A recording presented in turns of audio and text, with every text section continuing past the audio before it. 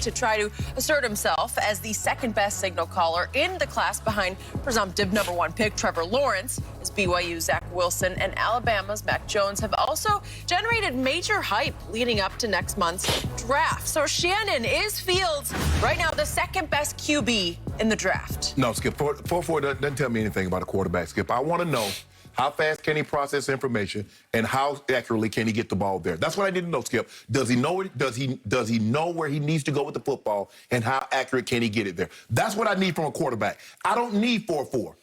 I don't care if he runs 6 flat. Do you know where to go with the football, and how accurately can you get it there? That's it.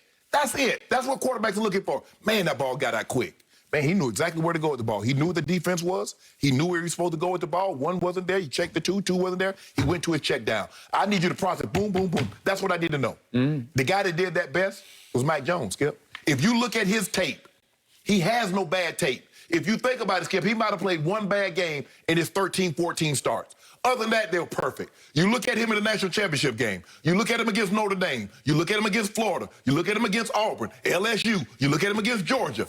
There is no bad tape. Now, you got to go all the way back to last year, Skip, Tua. When Tua got hurt and he fell in at Auburn, the Iron Bowl, he did throw 2 pick-sixes, but he showed you he kept fighting back.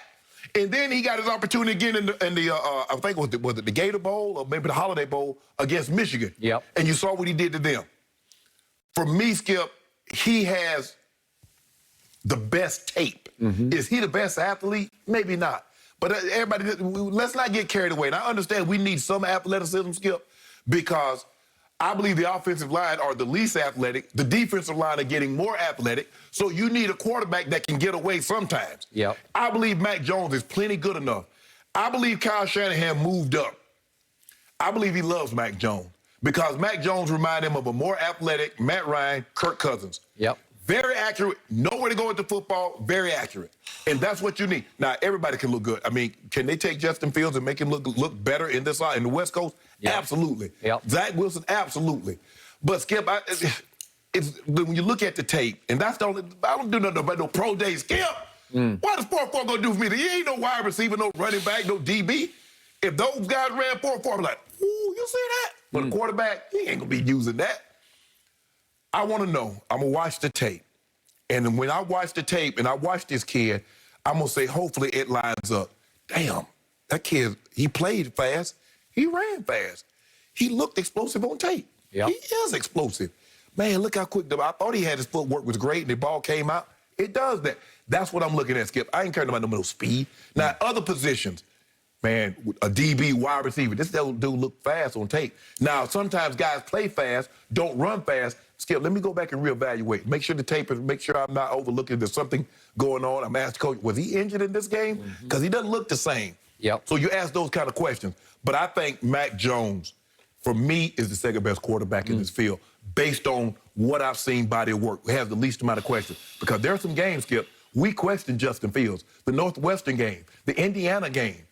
We go back and look at the game against Alabama. We got questions. We got really no questions about Mac Jones. We might say, well, that's only 13, 14 starts, Shannon. But those 13 and 14 starts, other than Trevor Lawrence, who had of these quarterbacks in this field, who had a better 13, 14 starts than Mac Jones? Yep. I got to be honest about this, and I've been pretty good at picking quarterbacks ahead of the draft. If you look at my track record, I'm not completely sold on any of the quarterbacks in this whole draft because I have some questions about Trevor Lawrence, but I have fewer questions about him than anybody else. But when we go to the second tier, the other 4, just not sure about any of them. But I'm with you that Mac Jones has grown on me. I kept discounting everything he did because track team of receivers, pro pipeline of an offensive line. And Najee Harris, you know, he's just so good. He's such a safety valve because he can catch it as well as he can run it. He's going to be a late first-round pick. And so I'm thinking, well, could anybody play? Well, not anybody, because it's still hard. You still got to make the right choice under fire in the brightest lights that any team played under in this country. And the more I look at Mac Jones' numbers that he put up, he led the nation in QBR by a lot. Yeah, it wasn't close, Gil. It wasn't close. And Justin Fields was second, but he was 4 points, and that's a lot of points lower. Okay, so then I look at the second and the third level stats, and I don't want to get into them, but they all just scream that Mac Jones was legit. So I'm with you, and it just seems like the reason that Kyle Shanahan and John Lynch made that pretty wacky trade to me is they think that they're sitting on Mac Jones at number 3, Right. and they're hoping the Jets don't somehow get influenced to take Mac Jones at number 2. Correct. So if they get him at 3 and they got their guy, I'll say, okay, maybe it was worth it. But they bet the ranch on it. They bet the future. Right. The next 2 years of first-round picks will be bet on if it is Mac Jones, Mac Jones. I read and hear a lot of people say that Justin Fields is the real diamond in this rough. He's Right. the superstar that's going to come out of here. Right. I am so with you about pro days, and I've been watching them a lot longer than you have. It is simply the most irrelevant and overrated event in all of sports is a pro day. What does it prove? So he ran 4.44. Well, look, if you can run 4.2 and you're Lamar Jackson or you're Michael Vick, then I say, okay, that's pretty special. Right. And that can be a trait that will actually lift you into MVP discussions, right? That's what happened with Lamar and Michael Vick. So 4.4 is very good, but it's not extraordinary. It's not so fast, and we didn't see him use his leg. You know, it wasn't like he dominated with his legs. Right. We didn't see that. The Right. tape won't show that. Right. When Mike Vick came out, Yeah. you like Mike Vick fast. Hey. Mike Vick is legit, but Mike. And you saw it all over the tape because nobody could control him. Nobody could deal We saw with him his it. freshman year in the national championship game against Florida State, Skip. He was clearly the best player on the He field. was clearly the best player, even though they didn't win the They game. didn't win the game, but he won over America. Okay, he did. Ooh, did he? Okay, so I wasn't that impressed with 4.4, and I'm with you. I don't care how he looks in shorts and a T-shirt, throwing to undefended wide receivers Right. that are your guys. Right. They're your guys. Against air? What does that tell you? Well, just the tape don't lie, man. Just Right. put the tape That's it. in. That's it. Okay, and to your point, Big Ten championship game, I watched it against Northwestern. He struggled the whole day. I know Northwestern was sort of like a Cinderella March Madness kind of a story, and they're playing over their heads, but it wound up 22-10 Ohio State, and he struggled. That it was only 16-10 with 5 minutes left in the game because Justin Fields had a long, hard day. Right. And it concerned me. It just stuck in my craw like, really? Are you sure that should be the second or third pick in the Right. draft?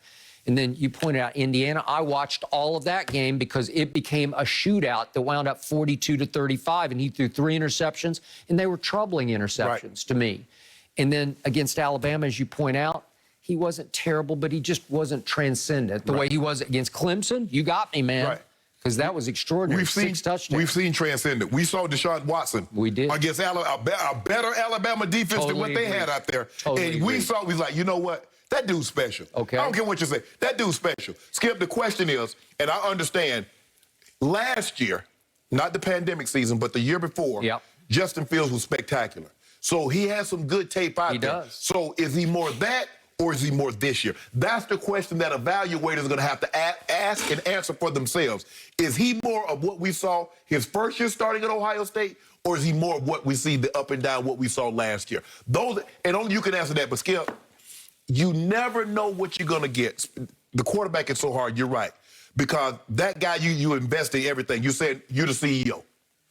You're the CEO of the company, Skip.